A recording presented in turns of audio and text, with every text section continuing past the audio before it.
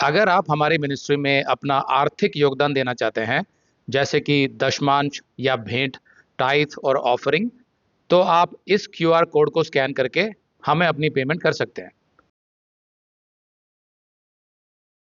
भारत और पाकिस्तान के बीच भारी तनाव। क्या आपका फोकस यीशु मसीह पर है? पिछले महीने पहलगाम में हुए आतंकी हमले के बाद भारत और पाकिस्तान के बीच तनाव बहुत बढ़ गया है। पिछले 2-3 दिनों से दोनों देशों की सेनाएं एक दूसरे पर हमले कर रही है। सीमावर्ती इलाकों में गोलाबारी और फायरिंग चल रही है, जिसके परिणाम स्वरूप दोनों तरफ से जान और माल की हानि की सूचनाएं प्राप्त हो रही हैं। तो दोनों देशों में एक डर का माहौल बना हुआ है। तो ऐसे में मैं अपने मसीही भाई बहनों से पूछना चाहता हूँ, क्या आपका फोकस यीशु मसीह पर है? मुझे ईमानदारी से बताइए, क्या आपको अंदर से डर लग रहा है? मैं समझ सकता हूँ कि कभी कभी आप अपने परिवार, अपने बच्चों को लेकर चिंतित हो जाते हैं ऐसे माहौल में। लेकिन फिर भी ये सवाल है कि आपका जो फोकस है, आपका जो पूरा ध्यान है, वो इस तनाव की परिस्थिति में है जो दोनों देशों के बीच में चल रहा है, या परमेश्वर यीशु मसीह की तरफ है जो सारी परिस्थिति को नियंत्रित करता है। हो सकता है कि कुछ मसीही यूट्यूब चैनल्स आज के हालातों को देखकर सनसनीखेज वीडियोस पोस्ट करना शुरू कर दें यूट्यूब पर, ज़्यादा व्यूज़ बटोरने के लिए, कि भाई अंत समय आ चुका है, संसार का अंत निश्चित है, यीशु आने वाला है इत्यादि। और मुझे पता है कि आप में से बहुत से लोग उन वीडियोस को जल्दी से क्लिक करके देखने भी लगेंगे। लेकिन आप भूल जाते हैं कि ऐसे दावे पहली बार नहीं किए जा रहे हैं मसीही चैनलों पर। बहुत से झूठे भविष्यद्वक्ता पिछले कई दशकों में ऐसा करते आ रहे हैं, यूट्यूब पर भी जब से यूट्यूब शुरू हुआ है और उससे पहले भी। लेकिन उनकी भविष्यवाणियां हमेशा झूठी साबित हुई हैं। इसलिए आपको ऐसे चैनलों से थोड़ा सचेत रहना चाहिए। आपको याद होगा कि जब कोरोना आया था, तब भी ऐसी झूठी भविष्यवाणियां फैलाई गई थी यूट्यूब पर कि यीशु ने कहा था कि जब महामारियां बढ़ जाएंगी तो समझ लेना अंत आ जाएगा। लेकिन हमारी मिनिस्ट्री से जुड़े भाई बहन इन सब अफवाहों पर ध्यान नहीं देते हैं, बल्कि वचन पर ध्यान देते हैं कि बाइबल क्या सिखाती है। प्रेरितों के एक साथ में यीशु ने अपने शिष्यों से कहा था, उन समयों या कालों को जानना जिनको पिता ने अपने ही अधिकार में रखा है, तुम्हारा काम नहीं है। मतलब संसार के अंत और यीशु के दूसरे आगमन के समय को जानने का काम मसीहियों का नहीं है, वो पिता परमेश्वर का है। फिर मत्ती 24:6 में यीशु ने अपने शिष्यों से कहा था, तुम लड़ाइयों और युद्धों की चर्चा सुनोगे, देखो घबरा ना जाना, क्योंकि इनका होना अवश्य है, परंतु उस समय अंत ना होगा। तो इसलिए मैं अपने सभी भाई बहनों से कहना चाहता हूँ कि कृपया सभी मीडिया चैनल जो चल रहे हैं यूट्यूब पर, उन पर भरोसा मत कीजिए आंख मूंद कर। सिर्फ जो ऑफिशियल चैनल है, जो अधिकृत चैनल है भारत सरकार की तरफ से, जिसमें आप देखते हैं कि आर्मी के जो चीफ हैं, जिनको इस काम के लिए बनाया गया है चीफ, और जो एयरफोर्स के हैं, दोनों लेडीज़ हैं, उनका एक चैनल आता है जिसमें आपको एक्चुअल रिपोर्ट मिलेगी। तो उस पर आप भरोसा कर सकते हैं। तो ये तो थी यूट्यूब चैनल्स की बात। लेकिन मेरा सवाल यह है कि क्या इस पूरे माहौल में आपको अभी डर लग रहा है अंदर से? देखिए, बाइबल में परमेश्वर ने लगभग 365 बार कहा है, डू नॉट फियर, हिंदी में भयभीत ना हो, डरो मत। 365 बार, मतलब लगभग हर रोज के लिए बोला है। 365 अगर दिन होते हैं साल में, तो हर एक दिन के लिए उसने बोला है डरो मत। इतनी बार क्यों बोला? ताकि हम वास्तव में विश्वास करें कि हमें डरने की जरूरत नहीं है। भजन संहिता 91:7 कहता है, तेरे निकट 1000 और तेरी दाहिनी ओर 10,000 गिरेंगे, परंतु वह संकट तेरे पास ना आएगा। आपके आसपास बहुत कुछ होता रहेगा, लेकिन अगर आपका फोकस यीशु मसीह पर है, तो वो संकट तेरे पास नहीं आएगा। मसीहियों को कुछ बातें समझने की जरूरत है। संसार में हमेशा कुछ ना कुछ होता रहता है। कभी महामारी चल रही है, कभी युद्ध के हालात बन रहे हैं, कभी कोई देश किसी से लड़ रहा है, कभी कोई देश किसी से लड़ रहा है। उसके बीच में जो इकोनॉमी है, अर्थव्यवस्था, स्टॉक मार्केट, ये भी ऊपर नीचे होता रहता है। तो क्या हम इन परिस्थितियों की तरफ अपना ध्यान केंद्रित करें या उस पर अपना ध्यान केंद्रित करें जो इन सब हालातों को नियंत्रित करता है? सब कुछ उसके नियंत्रण में है। परमेश्वर ने हमें बाइबल में यही बताया कि जो कुछ हो रहा है तुम्हारे जीवन में, हमेशा अपना ध्यान यीशु मसीह पर रखो और उसी के साथ हमेशा जुड़े रहो प्रार्थना के माध्यम से, वचन के माध्यम से। तो जो कुछ आपके चारों तरफ हो रहा है, वो संकट आपकी तरफ नहीं आएगा, क्योंकि हमारा फोकस यीशु मसीह की तरफ है और वो सब कुछ संभाले हुए है। यशाया 41:10 में परमेश्वर कहता है, मत डर क्योंकि मैं तेरे संग हूँ, इधर उधर मत ताक क्योंकि मैं तेरा परमेश्वर हूँ। मैं तुझे दृढ़ करूंगा और तेरी सहायता करूंगा, अपने धर्म में दाहिने हाथ से मैं तुझे संभाले रहूंगा। यशाया 41:13 कहता है, क्योंकि मैं तेरा परमेश्वर यहोवा तेरा दाहिना हाथ पकड़कर कहूंगा, मत डर। दाहिना हाथ पकड़कर मैं तेरी सहायता करूंगा। भजन संहिता 18:2, यहोवा मेरी चट्टान और मेरा गढ़ और मेरा छुड़ाने वाला है, मेरा ईश्वर मेरी चट्टान है जिसका मैं शरणागत हूँ। वह मेरी ढाल और मेरी मुक्ति का सींग और मेरा ऊंचा गढ़ है। भजन संहिता 3:3, परंतु हे यहोवा तू तो मेरे चारों और मेरी ढाल है, तू मेरी महिमा और मेरे मस्तिष्क का ऊंचा करने वाला है। तो ऐसी बहुत सी आयतें हैं बाइबल में जो बार बार आपको यही कहती हैं कि जीवन की आंधियों में, संसार में चल रही उथल पुथल में हमेशा याद रखिए कि परमेश्वर आपसे कहता है, डरो मत, ये सब कुछ मेरे नियंत्रण में है। जो भी आज आपके दिल में चिंता सता रही होगी किसी भी बात को लेकर, एक डर बैठा हुआ है ये सब देखते हुए, मुझे पता है कि ये स्वाभाविक है कि आप सुबह उठते ही यूट्यूब चैनल, टीवी देखने लगते हैं कि भाई युद्ध के क्या परिणाम निकल रहे हैं। तो हम सब चाहते हैं कि ये युद्ध बंद हो जाए, क्योंकि युद्ध से किसी का भला नहीं होता। तो ठीक है कि आप अपनी सेना के लिए प्रार्थना करते रहिए, अपने देश के लिए प्रार्थना करते रहिए, लोगों के लिए भी प्रार्थना करिए, दोनों तरफ के, कि जान माल का नुकसान ना हो, जो निर्दोष लोग हैं, औरतें खासकर बच्चे, वो सलामत रहें, क्योंकि परमेश्वर सबसे प्रेम करता है। तो हम तो नहीं चाहते कि युद्ध हो, क्योंकि हमें पता है कि युद्ध से किसी का लाभ नहीं होने वाला है। तो ये प्रार्थनाएं तो आप जारी रखिए, न्यूज़ अपडेट देखते रहिए, क्योंकि सरकार भी बहुत कुछ बोलती है कि हमें क्या करना चाहिए ऐसी परिस्थितियों में, और मॉक ड्रिल्स चल रहे हैं। जो भी सरकार के नियम है उनको पूर्ण रूप से उनका पालन कीजिए।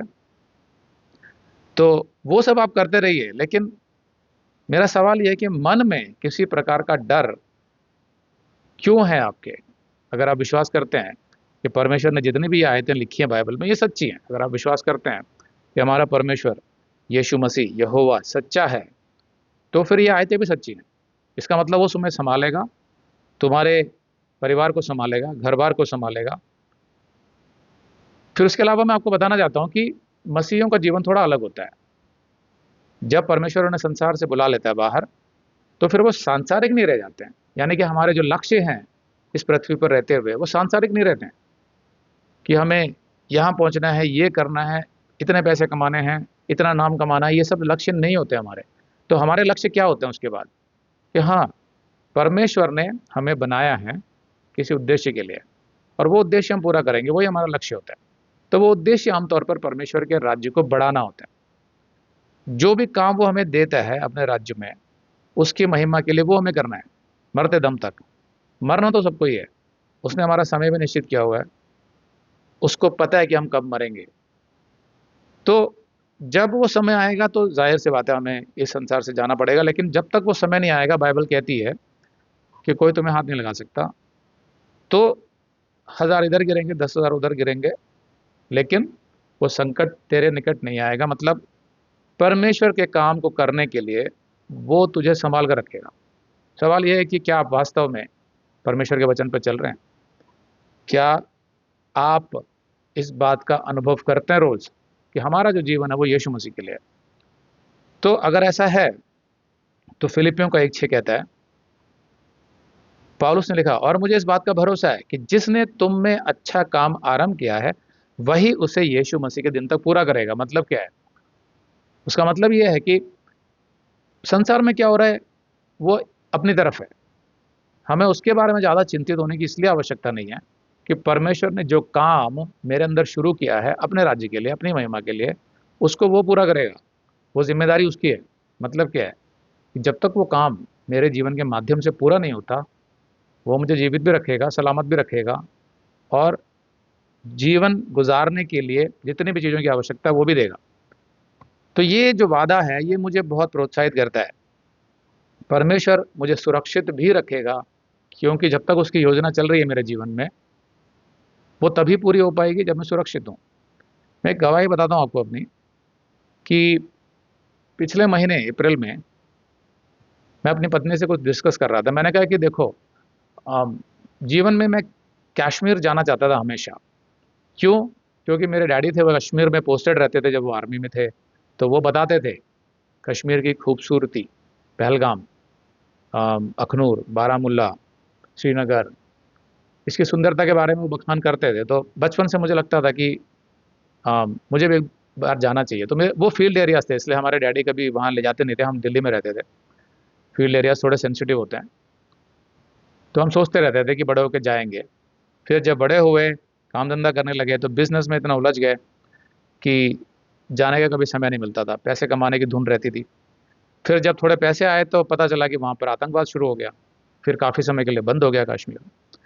तो ऐसे सब चलता रहा। फिर उसके बाद जब मैं बॉम्बे चला गया था, तो फिर सोचा कश्मीर जाने के बारे में, तभी मैं बाइबल कॉलेज करने लगा। तो सारे पैसे उसमें लग गए, तो भी नहीं जा पाए। फिर वापस दिल्ली आके मिनिस्ट्री शुरू कर दी। तो जब मिनिस्ट्री शुरू करी तो फिर एक बहुत लंबी एक जर्नी, एक यात्रा शुरू हो गई, तो उसमें बिज़ी हो गए। तो कभी ऐसा अवसर ही नहीं बना।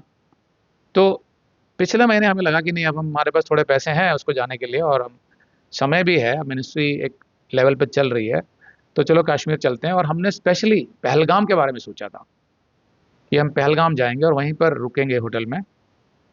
तो फिर हमने पूरा हिसाब लगाया, कैलकुलेशंस करी। अब छुट्टियों का सीज़न है ना, तो बहुत महँगा हो जाता है वहाँ पे, और हमने थोड़ा लेट प्लानिंग किया पिछले महीने। तो हमें पता चला कि नहीं भाई, ये तो हमारे बजट से अभी भी बाहर है। तो मैंने बोला कि नहीं, फिर नहीं जाएँगे हम। अगले साल देखते हैं, और अगले साल हम थोड़ा पहले प्लान करेंगे, थोड़ा पहले बुकिंग करेंगे, तो हो सकता है सस्ता मिल जाए। तो इस साल तो थोड़ा महँगा हो रहा है हमारे लिए। ऐसे बोल के हमने सीधा-सीधा कैंसल कर दिया। तो उसके 2-3 दिन बाद ही पता चला कि वहाँ आतंकी हमला हो गया। तो मैं समझता हूँ कि कहीं न कहीं परमेश्वर ने जिस काम के लिए मुझे बनाया है, जो मिनिस्ट्री हम चला रहे हैं, उसको ध्यान में रखते हुए हमें वहाँ जाने से रोक दिया। तो एक सुरक्षा कवच हमने महसूस किया। मैं अपनी पत्नी से कह रहा था कि बड़ी अजीब-सी बात है कि हमने कैंसल किया और उसके 2 दिन बाद ही ये हो गया।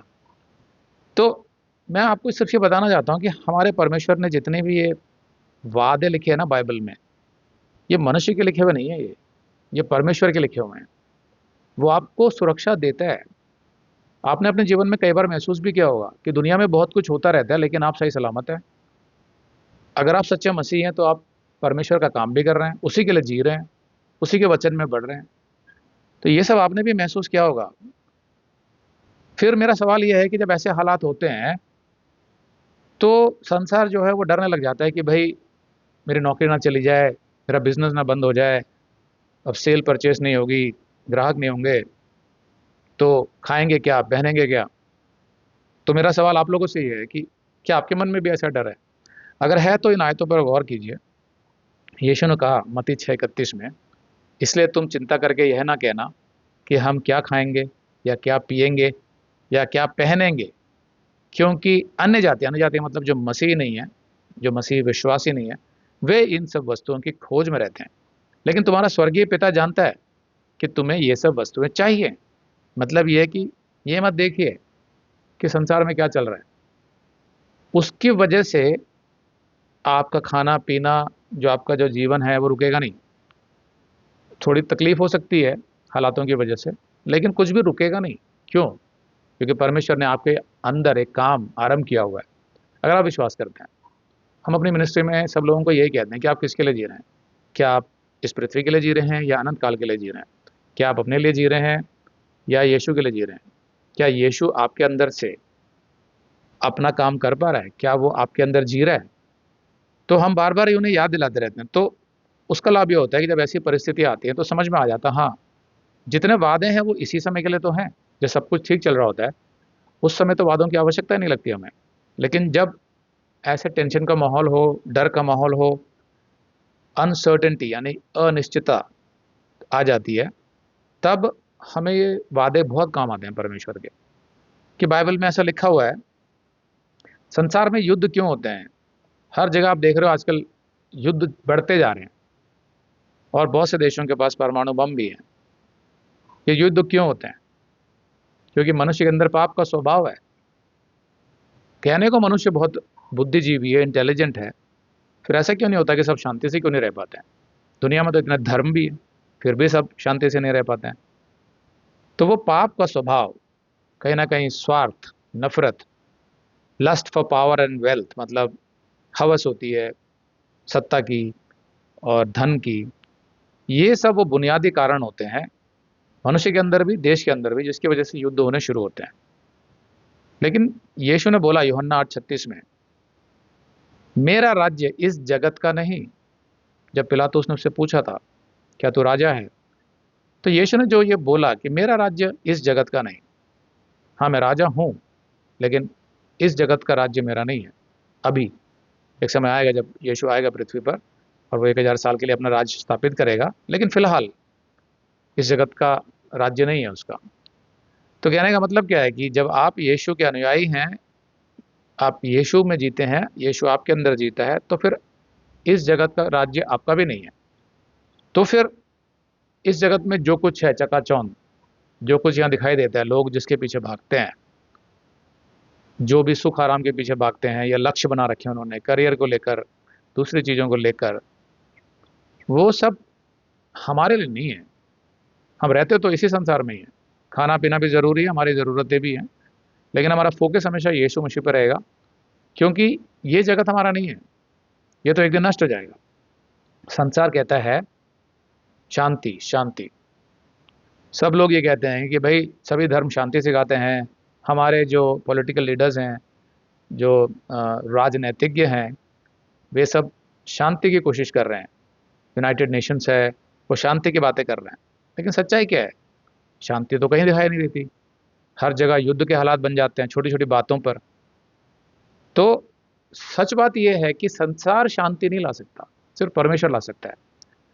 परमेश्वर आपको व्यक्तिगत तौर पर भी शांति देता है और वही संसार में शांति स्थापित कर सकता है। इसलिए यीशु ने कहा यूहन्ना 14:27 में, मैं तुम्हें शांति दिए जाता हूँ, अपनी शांति तुम्हें देता हूँ। मतलब ऐसी शांति नहीं जैसे संसार देता है, जो कुछ समय के लिए होता है। मैं तुम्हें वो शांति देता हूँ जो मेरी अपनी है, ताकि तुम्हारा मन ना घबराए और ना डरे। तो यीशु यहाँ कहता है कि संसार में कितनी भी अशांति क्यों ना हो, कितना भी डर क्यों ना हो, अगर तुम मुझ पे फोकस करोगे तो मेरी शांति तुम्हारे दिल के अंदर हमेशा रहेगी। इसीलिए फिलिपियों के 4:7 में परमेश्वर कहता है, तब परमेश्वर की शांति जो समझ से बिल्कुल परे है, तुम्हारे हृदय और तुम्हारे विचारों को मसीह यीशु में सुरक्षित रखेगी, जैसा पौलुस ने लिखा। तो ये एक ऐसी शांति है जो हमारी समझ से भी परे है।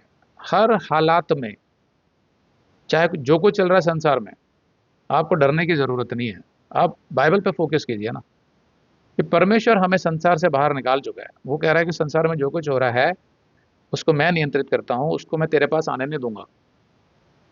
तो हमारा जो माइंड है इस समय, भले ही हमें हर परिस्थिति से अवगत रहना है, अपने आप को अपडेटेड रखना है, क्या चल रहा है, ठीक है, आप न्यूज़ चैनल्स भी देखिए, बहुत ज़्यादा मत देखिए, अपने काम करते रहिए, खासकर जो प्रभु के काम है। अब हमारे मिनिस्ट्री के लोगों को हम यही कहते हैं कि जो कुछ आपके जीवन में चल रहा है उसकी वजह से आप प्रभु के किसी भी काम को, जो हमने उनको दिए हुए हैं, हमारे मिनिस्ट्री के लोगों को जो काम बांटे हुए हैं परमेश्वर के राज्य से संबंधित, उनको पीछे मत करिए, उनको आगे रखिए। ऐसा नहीं होना चाहिए कि अरे भाई युद्ध का सा माहौल बन रहा है तो टेंशन हो रही है, पता नहीं क्या होगा, तो प्रभु के सारे काम पीछे कर दिए या कर ही नहीं रहे हैं डर के मारे कि क्या लाभ, पता नहीं क्या हो जाए। नहीं, वो जो होना है ना वो प्रभु संभालेगा, पहली बात तो। और दूसरी बात, मुझे पूरा विश्वास है कि अभी वो समय नहीं आया है, ये सब कुछ भी टल जाएगा। कोरोना के समय में भी अगर आप मेरे मैसेजेस देखेंगे, 2-3 मैसेजेस, उस समय भी मैंने ये बोला था कि जितना मुझे दिखाई दे रहा है और मैं जितना बाइबल के आधार पर एनालाइज कर सकता हूँ, अभी वो समय नहीं आया है। अभी परमेश्वर हमें और समय देगा। क्यों? ताकि हम परमेश्वर के राज्य को इस देश में आगे बढ़ा सकें।